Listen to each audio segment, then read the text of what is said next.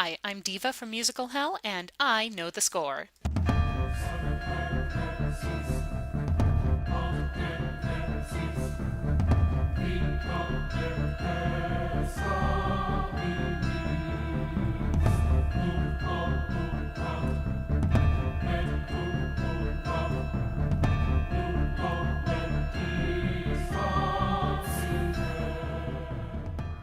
For musical geeks, the big event of 2014 is the upcoming film adaptation of Stephen Sondheim's brilliant fairy tale deconstruction, Into the Woods.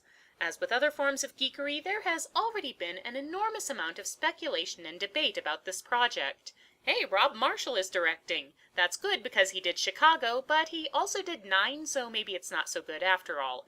Meryl Streep and Johnny Depp are in it, which might be good unless you hated them in Mamma Mia and Sweeney Todd, in which case it's terrible. Christine Baranski, James Corden, and Tracy Ullman all have significant roles, which is definitely great, but that kid from The Ellen Show is going to play Little Red Riding Hood, which sucks, but wait, she's been replaced by the girl from the Annie revival, which is cool, unless you think they're casting the part too young for the sexual subtext in Hello, Little Girl, in which case the whole thing is ruined forever.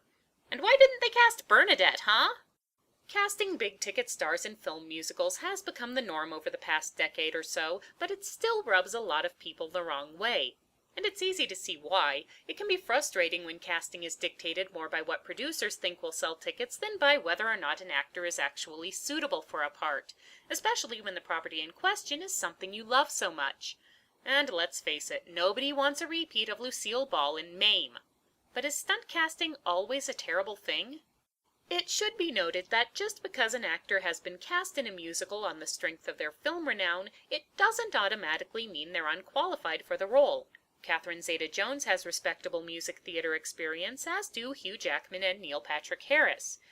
Even actors who aren't known for their singing chops like James Marsden or Nathan Fillion can be a pleasant surprise when put to the test. That said, the practice is something of a crapshoot. You get people who are barely passable in a role like Renee Zellweger, people who are miscast like Russell Crowe, and people who should never sing outside of the shower like Pierce Brosnan. That's enough to make anybody nervous about an untried musical performer. On the other hand, casting actors from the stage version isn't always a wise move either.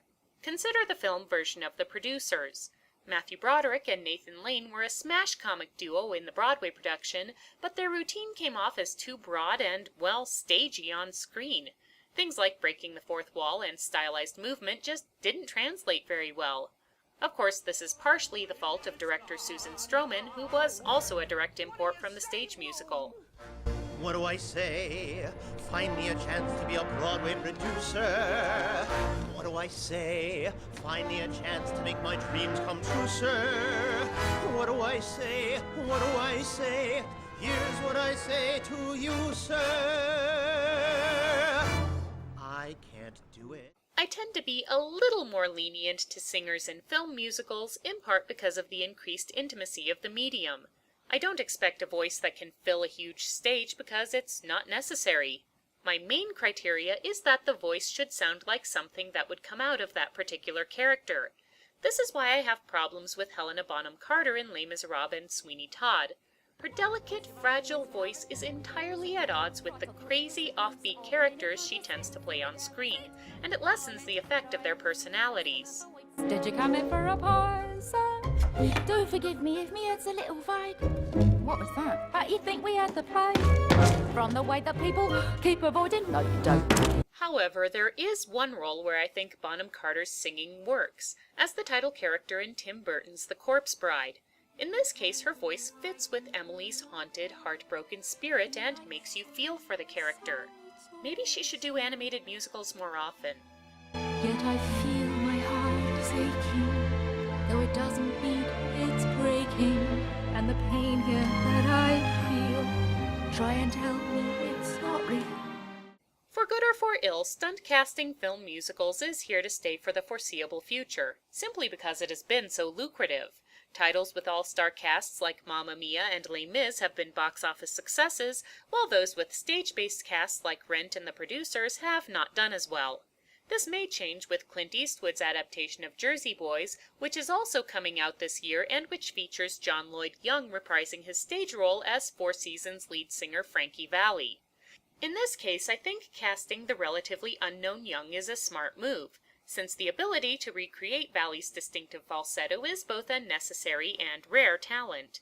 And with a skilled film director like Eastwood to guide him, he can probably make his stage performance translate to the screen.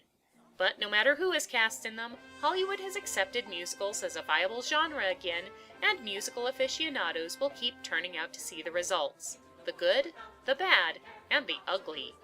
I'm Diva, I know the score, and now, so do you. Into the woods to get the thing that makes it worth the journey. Into the woods to see the king, to sell the cow, to make the potion, to see, to sell,